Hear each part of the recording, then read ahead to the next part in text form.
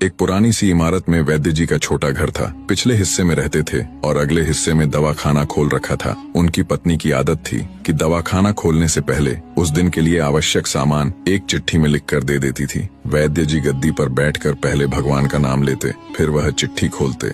पत्नी ने जो बातें लिखी होती उनके भाव देखते, फिर उनका हिसाब करते, फिर परमात्मा से प्रार्थना करते कि हे भगवान, मैं केवल तेरे ही आदेश के अनुसार तेरी भक्ति छोड़कर यहाँ दुनियादारी के चक्कर में आ बैठा हूँ। वैद्य जी कभी अपने मुंह से किसी रोगी से फीस नहीं मांगते थे। कोई देता था, कोई नहीं देता था, किंतु एक बात निश्चित थी कि ज्यों ही उस दिन के आवश्यक सामान खरीदने योग्य पैसे पूरे हो जाते थे, उसके बाद वह किसी से भी दवा के पैसे नहीं लेते थे, चाहे रोगी कितना ही धनवान क्यों न हो। एक दिन वैद्य जी ने दवाखाना खोला।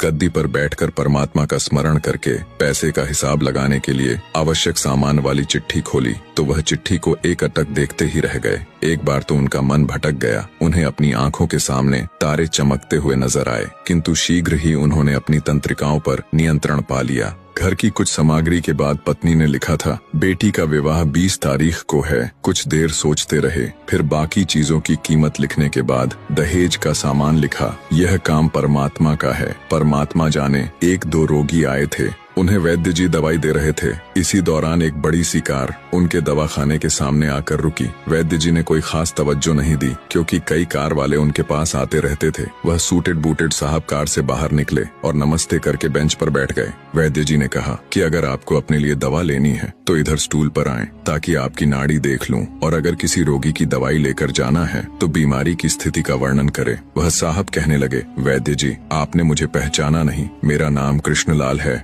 लेकिन आप मुझे पहचान भी कैसे सकते हैं, क्योंकि मैं 15 से 16 साल बाद आपके दवाखाने पर आया हूँ। आपको पिछली मुलाकात का हाल सुनाता हूँ, फिर आपको सारी बात याद आ जाएगी। जब मैं पहली बार यहाँ आया था तो मैं खुद नहीं आया था, अपितु ईश्वर मुझे आपके पास ले आया था, क्योंकि ईश्वर ने मुझ पर कृपा की थी और वह मेरा घर आबाद करना चाहता था। हुआ इस तरह था कि मैं कार से अपने पैतृक घर जा रहा था। बिल्कुल आपके दवाखाने के सामने हमारी कार पंक्चर हो गई। ड्राइवर कार का पहिया उतारकर पंक्चर बनवाने चला गया। आपने देखा कि गर्मी में मैं कार के पास खड़ा था, तो आप मेरे पास आए और दवाखाने की ओर इशारा किया और कहा कि इधर आकर कुर्सी पर बैठ जाएं। मैं कुर्सी पर आकर बैठ गया। ड्राइवर ने कुछ ज्यादा ही देर लगा दी थी। एक छोटी सी बच्ची भी यहाँ आपकी मेज के पास खड़ी थी और बार बार कह रही थी, चलो ना बाबा, मुझे भूख लगी है। आप उससे कह रहे थे कि बेटी थोड़ा धीरज धरो, चलते हैं। मैं यह सोचकर कि इतनी देर से आपके पास बैठा था और मेरे ही कारण आप खाना खाने भी नहीं जा रहे थे, मुझे कोई दवाई खरीद लेनी चाहिए ताकि आप मेरे बैठने का भार महसूस न करें।